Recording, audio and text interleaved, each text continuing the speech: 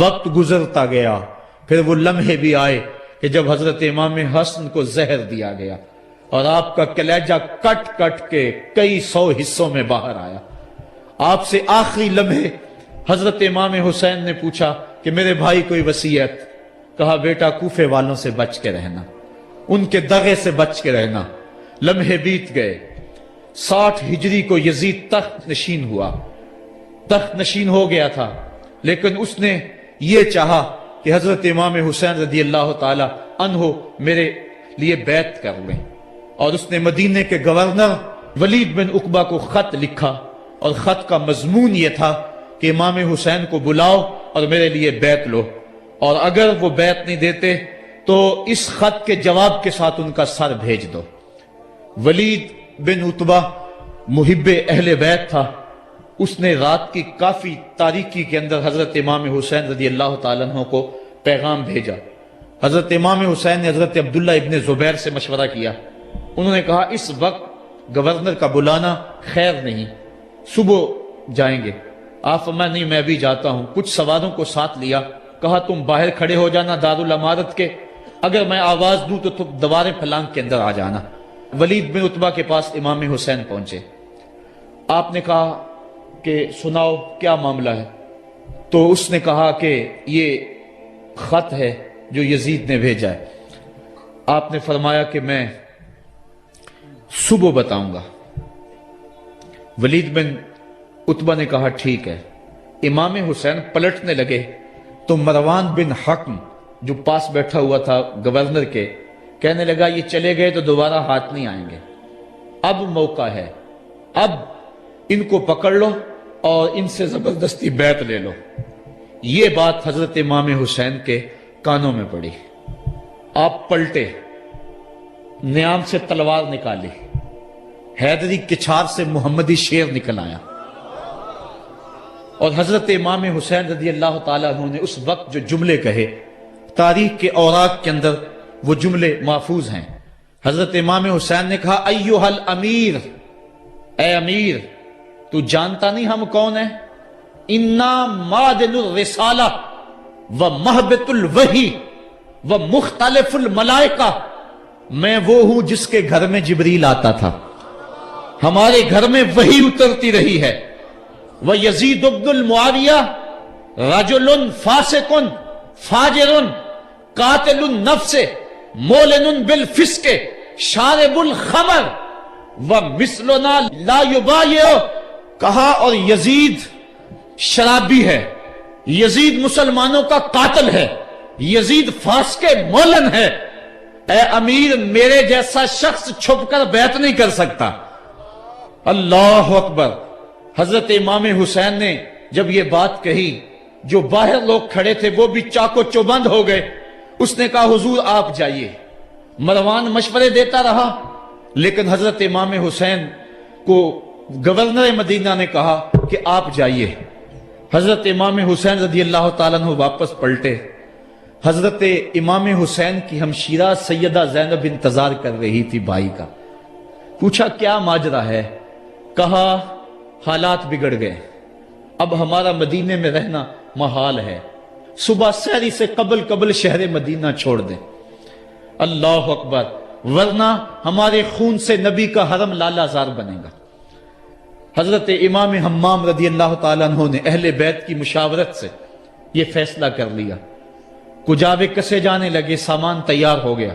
حضرت محمد بن حنفیہ کو کہا کہ تم یہاں رہو اور تم خبر پہنچانا کہ پیچھے کیا ماجرے ہوتے ہیں، اور مکے کی طرف میں سفر کر رہا ہوں۔ کہانی لمبی ہو رہی ہے اور وقت کے دامن میں اتنی گنجائش نہیں ہے کہ پھر کس طرح شہر مدینہ چھوڑا ہوگا۔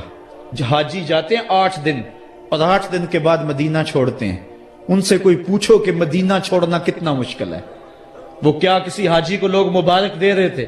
اس نے کہا تھا مبارک دے رہے ہو دوستو حج و زیارت کی، میرا غم بھی تو دیکھو، میں مدینہ چھوڑ آیا ہوں۔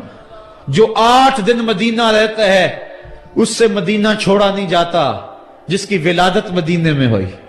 جو کھیلتا تھا تو مدینے کی گلیوں میں، جس کے گھر کا دروازہ مسجد نبوی میں کھلتا تھا، اس حسین کو مدینہ چھوڑنا قیامت ہوگی۔ شہر مدینہ چھوڑا حضرت امام حسین رضی اللہ تعالیٰ عنہ مکہ المکرمہ پہنچے، وہاں رمضان گزرا، حالات وہاں بھی بگڑتے گئے، مسلسل خط آتے رہے کوفے سے، کہانی طویل ہے۔ 8 ذو الحج کو حضرت امام حسین رضی اللہ تعالیٰ عنہ کوفے کی طرف عازم سفر ہوئے۔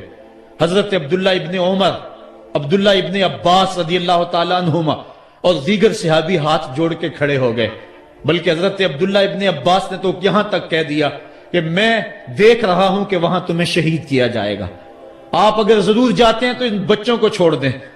حضرت امام حسین فرماتے میرے غم گسارو، میرے پیارو مجھ کو نہ روکو، مجھ کو جانے دو، مجھے نانے کے دین کی ڈوبتی کشتی بچانے دو، میں جاتا ہوں کہ دنیا پر وفا کا نام رہ جائے، میں رہوں نہ رہوں پر عظمت اسلام رہ جائے، میں نہیں جاتا تو نبی کے گھر کی آن جاتی ہے، لوگوں تمہارا دین جاتا ہے، میری غیرت ایمان جاتی ہے۔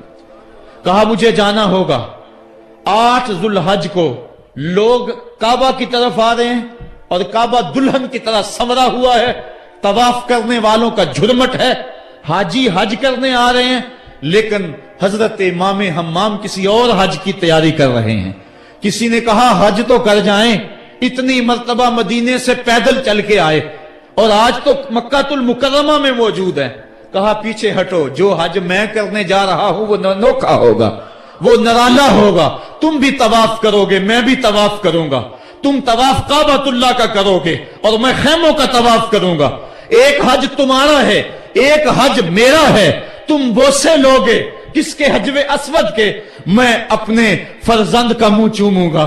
لوگوں ایک طواف تمہارا ہوگا، ایک طواف میرا ہوگا، تم آب زمزم پیو گے، میں پیاسا رہوں گا، اور تم کبھی صفا پہ کبھی مروہ پہ دوڑو گے، میں کبھی علی اکبر کی لاش اٹھانے جاؤں گا، کبھی میں قاسم کی لاش اٹھانے جاؤں گا، کبھی اون و محمد کے تڑپتے ہوئے لاشوں کو اٹھانے جاؤں گا۔ لوگوں ایک حج تمہارا بھی ہے، ایک حج میرا بھی ہے۔ جب تم حج کر لو گے تمہاری سائی مکمل ہو جائے گی تو تم سر مڈا کے احرام کھول دو گے، اور جب میری سائی مکمل ہو جائے گی تو میں سر کٹا کے احرام کھول دوں گا۔ تم سفید احرام پہنو گے، میں سرخ احرام پہنوں گا، اور وہ حج قیامت تک کے آنے والے حجوں کی آبرو ہوگا۔ حسین اگر نہ شہید ہوتا تو آج گھر گھر یزید ہوتا، اسلام کی عظمت عیاں نہ ہوتی، خدا کے گھر میں اذان نہ ہوتی، بار الہا نوحہ سناتا پھرتا، تا روز جزا اشک بہاتا پھرتا، امداد نہ کرتے اگر کربلا میں حسین، اسلام تیرا ٹھوکریں کھاتا پھرتا۔ کربلا کی تپتی ہوئی ریگزار میں حضرت امام حسین نے جبر و ظلم کے خلاف جس قوت سے کھڑے ہو کر عظیمت کی داستان رقم کی۔ 10 محرم کا دن تھا، جمعہ کا یوم سعید تھا، بیچ کربلا کے میدان میں دوپہر کے وقت جب نبی کا خاندان اجڑ رہا تھا، ایک ایک کلی اس چمن کی کٹ رہی تھی، 72 افراد 22,000 کے لشکر جرار کے مقابلے میں کھڑے تھے۔ وہ یزید جس نے اس کے علاوہ بھی بڑے جرم کیے، جس نے جو ہے وہ 1700 صحابہ کو مکہ المکرمہ میں شہید کیا، جس نے 700 حفاظ کرام کو شہید کیا، جس نے حضرت ابو سعید خضری کی داڑھی نوچ لی، جس نے مدینے کے اندر مسجد نبوی کے اندر گھوڑے باندھے، جس نے جو ہے وہ 3 دن تک مسجد نبوی کے اندر اذان نہ ہونے دی، وہ یزید آج کربلا کے تپتے ہوئے ریگزار کے اندر آل رسول کے ساتھ ظلم کی وہ داستان رقم کر رہا تھا کہ قیامت تک آنسو سسکیاں نہیں تھمنے پائیں گی۔ یزید مر گیا، اس کا نام مٹ گیا، اس کا تشخص مٹ گیا، لیکن حسین کا نام آج بھی زندہ ہے، اس کا پیغام آج بھی زندہ ہے۔ یہ ہزاروں کا مجمع، یہ امٹتے ہوئے محبتوں کے جذبات، یہ آنکھوں کا آنسوؤں کا خراج دینا، کیا یہ حسین ابن علی کی زندگی کی دلیل نہیں ہے؟ کون ہے جو یزید کا نام لیتا ہو؟ آج اگر کوئی یزید کا نام لیتا بھی ہے تو سر جھکا کے لیتا ہے۔ میں کہتا ہوں کیسا تمہارا لیڈر ہے جس کا نام لینے سے قبل شرمندہ ہوتے ہو، جس کا نام لیتے ہوئے شرمندہ ہوتے ہو، جس کا نام لینے کے بعد پسینہ پسینہ ہوتے ہو۔ تم اپنے قائد اور لیڈر کا نام لیتے جھجکتے ہو، گردن جھکا کے دائیں بائیں دیکھ کے نام لیتے ہو، اور جب ہم نام اپنے آقا کا لیتے ہیں سر اٹھا کے لیتے ہیں۔ اے حسین ابن علی تم پر سلام.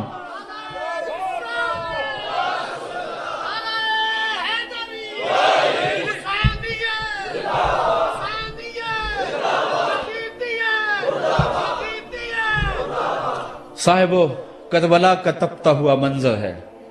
اتنے دکھ آ گئے. حضرت سری سختی رضی اللہ تعالیٰ عنہ فرماتے ہیں کہ اللہ تعالیٰ نے جب کائنات کو بنایا، انسانوں کو تخلیق کیا، تو انسانوں کو پوچھا بتاؤ تم میرے ہوگے؟ سب نے کہا مالک ہم تیرے ہیں. لیکن جب دنیا کو پیدا کیا تو 9 حصے دنیا کی طرف ہو گئے، 1 حصہ اللہ کی طرف رہ گیا. پھر جب عقبہ کو پیدا کیا جو 10واں حصہ تھا، اس میں 9 حصے پھر آخرت کی طرف ہو گئے، جنت دوزخ کے لالچ میں ہو گئے. اور 1 حصہ صرف کہنے لگا نہ ہم جنت کو دیکھتے ہیں نہ دوزخ کو دیکھتے ہیں، مالک ہم تو تجھے دیکھتے ہیں.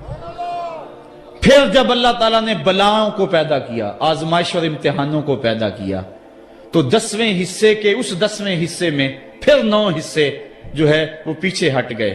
1 حصہ ایسا تھا جس نے گردن جھکا کے کہا زمین و آسمان کی بلائیں بنا کے ہمارے گلے کا توق بنا دے، تیرے راستے سے نہیں ہٹیں گے. کربلا کے تپتے ہوئے ریگزار میں وہ منظر رقم ہونے والا ہے. ایک قربانی منا میں ہوئی تھی، غریب و سادہ اور رنگی ہے داستان حرم، نہایت اس کی حسین اور ابتدا ہے اسماعیل. وہاں دمبا آ گیا، آگے 100 اونٹ آ گئے، اور آج اللہ اکبر حضرت امام حسین کربلا کے تپتے ہوئے ریگزار میں 22,000 کے لشکر کے سامنے کھڑے ہیں. کہا لوگو میرا حق پہچانو، میرے خون سے اپنے ہاتھ نہ رنگو، مجھے پہچانتے ہو کہ میں کون ہوں؟ کہا لوگو جلدی نہ کرو، میرے حق کو پہچانو. اس وقت روئے زمین پر کسی نبی کی بیٹی کا بیٹا موجود نہیں ہے. لوگو میرے راستے سے ہٹ جاؤ اور میرے خون سے اپنے آپ کو ابدی بدبختیوں کا شکار نہ کرنا.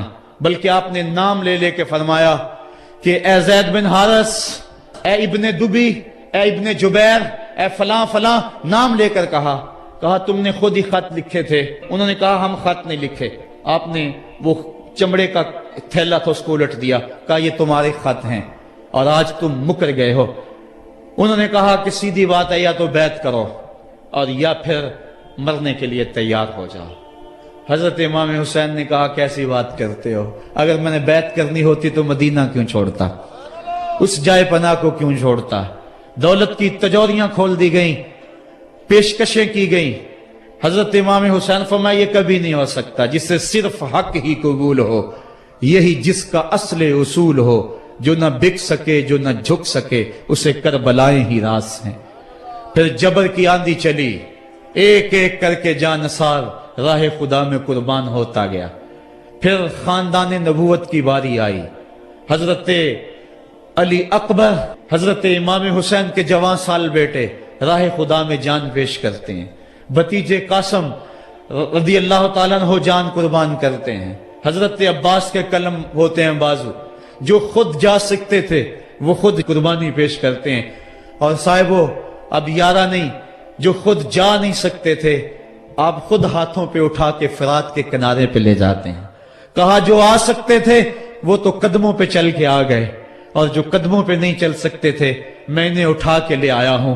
پھر ایک 2 شاخہ تیر حلق اصغر میں پیوست ہوتا ہے، خون چلو میں دے کر آسمان کی طرف اچھالتے ہیں، اور پھر اللہ کی بارگاہ میں عرض کرتے ہیں ربنا تقبل منا ھذا القربان، میرے مالک حسین کی یہ قربانی بھی قبول فرما لے. یہ کام آسان نہیں ہے، جگر پارا ہاتھوں میں تڑپ کے ٹھنڈا ہو جائے اور پھر بھی صبر کا مظاہرہ کیا جائے اور اللہ کی رضا پہ راضی ہو جائے. اب حضرت امام حسین رضی اللہ تعالیٰ عنہ تنہا رہ گئے.